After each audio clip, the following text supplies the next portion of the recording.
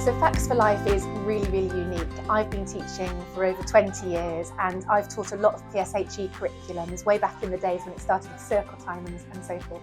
But actually Facts for Life is really, really unique because it addresses illness and wellness together.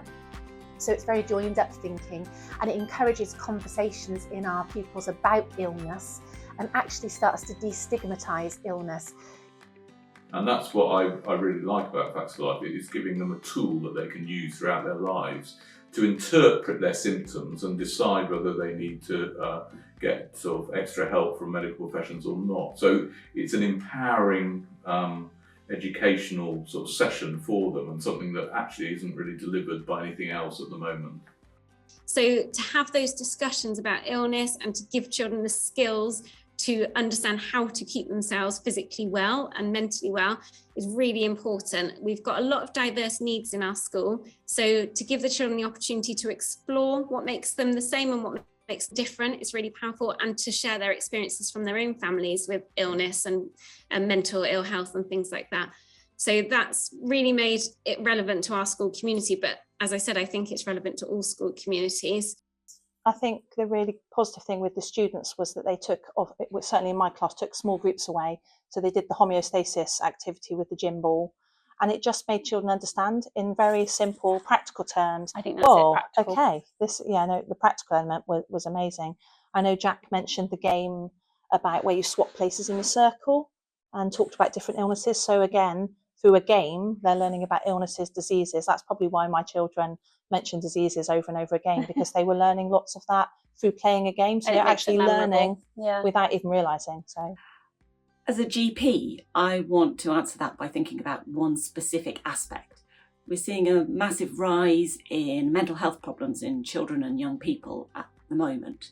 And I think that what Facts4Life is unique in doing is bringing a holistic approach to health education that incorporates both physical and emotional well-being, and it empowers these children and young people who might otherwise be lacking the language to be able to explain their problems or access the care that they need.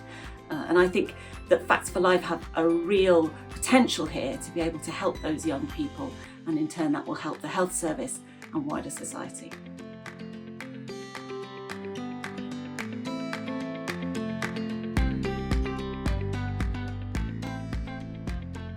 A lot of the PSHE objectives are covered through other areas of the curriculum, such as science, RE even, PE.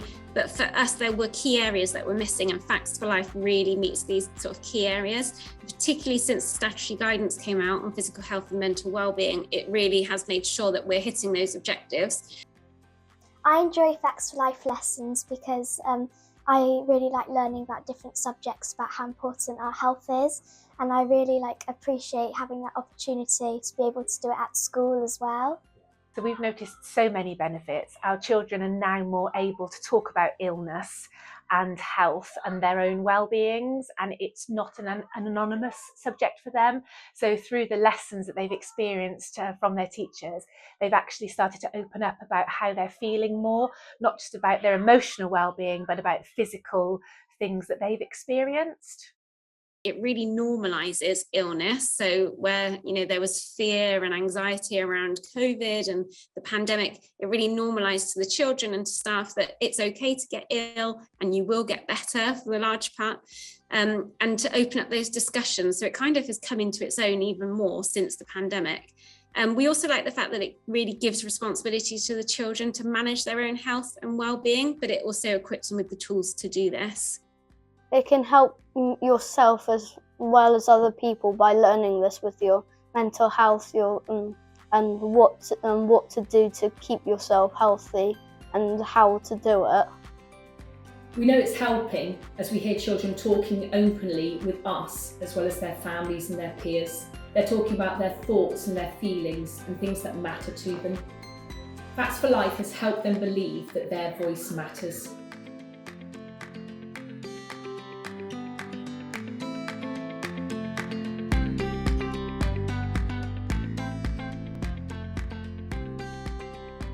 I think particularly in my class, I've noticed that children are more understanding of others and being appreciative that there are multiple illnesses and different ways that people will be feeling. I think it's also made children more resilient, which is something that I really hoped that the programme would do, because we had lots of children that wouldn't come in with a sniffle, and I think actually understanding that everyone feels these things and that it's normal and that our bodies are still healthy, but we all go through having a common cold, and it doesn't mean that we need to go to the doctors, it doesn't mean that we need to stay off school for a long period of time. So for me, the most powerful aspect is the discussions that we have. The children will often open up and share things that you weren't aware of, maybe with health issues within their families. I remember last year a little girl who was very confident, very outgoing girl, always wanted to, be sort of class clown almost. And she actually opened up to the class that she sort of really struggled with anxiety. And that only happened because of the discussion we were having in our PSHE lessons. So it's helped me understand how people can feel with certain diseases and how they might act towards other people with certain diseases. We often find ourselves being the port of call for many parents, with them asking us for answers to their questions, from parenting strategies along behaviour, but also for medical conditions that their children might be facing. So lots of parents have come to us and have been really positive about this and are really excited about the way that this is developing. I think it's been a really good link to our PSHE and our science curriculum. So linking to healthy eating, healthy bodies, healthy minds. I think that stigma of mental health, it's been really good to try and destroy that and break that down. And pretty much the resilience thing is a massive thing. And also the understanding of different illnesses, their symptoms, how they make you feel, not necessarily, running off to the doctors as soon as they become ill, but actually thinking about, oh, it's okay, I just need some rest, rather than the doctors. We also learnt that sometimes you have different feelings and emotions, and it's okay to feel those emotions. And even if you get ill or you have a cold, you don't always need to go to the doctors, and it's best to tell somebody about your problems. I think there's been this increased openness.